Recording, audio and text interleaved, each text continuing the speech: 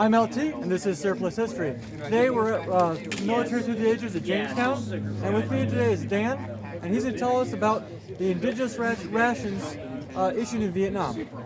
Thank you very much for having me here today. So when we think of Vietnam, we're thinking of the C-rations. So if you go to any World War II channel, they'll tell you all about C-rations. But when they were going through Vietnam, all these long-range patrols were operating with or alongside native people from Vietnam.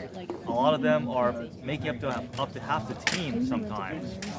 And while they're exchanging these goods and foods with these local communities too, they realized that the C-rations weren't really sitting well with the locals. They were too heavy, too fatty, too oily. So Special Operations contacted Native Labs and asked them to do them a favor, see if they could modify the C-rations in a way that will make them more edible and palatable for the local Vietnamese population. Native Labs said no problem, just give us about 10 years. As you can tell, they didn't have 10 years. So what they come up with was what they called the Indigenous Rations, and that was all through the counterinsurgency group with the CIA.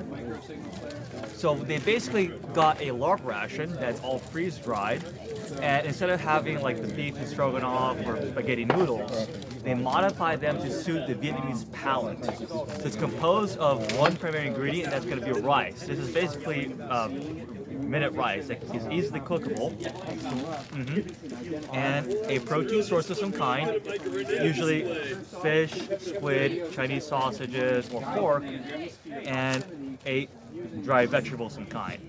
And how it'll work is you'll get a mylar bag, crack it open, pour the rice in, meat, vegetables, pour hot water, seal it in, and wait about 5-10 minutes.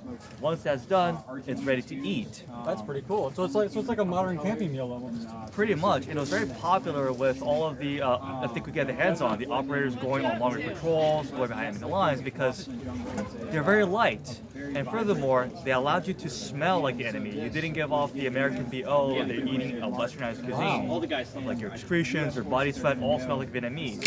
So it wouldn't give away your position. That's really cool. Exactly.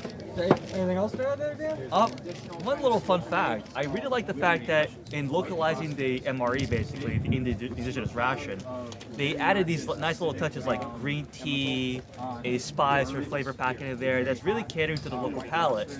And the best thing about it is the dessert. These are candied plums, really popular in China and Vietnam, and they are very unique because they have been like glazed with this very special kind of spice mix, like spice powder. It's really good stuff. So it's kind of like the MRE brownie, I guess. Pretty much, and it's just as good. That's really cool. I can help you grab some stuff. Thank you for joining us today on Surplus History. I'm LT, and it's been historical.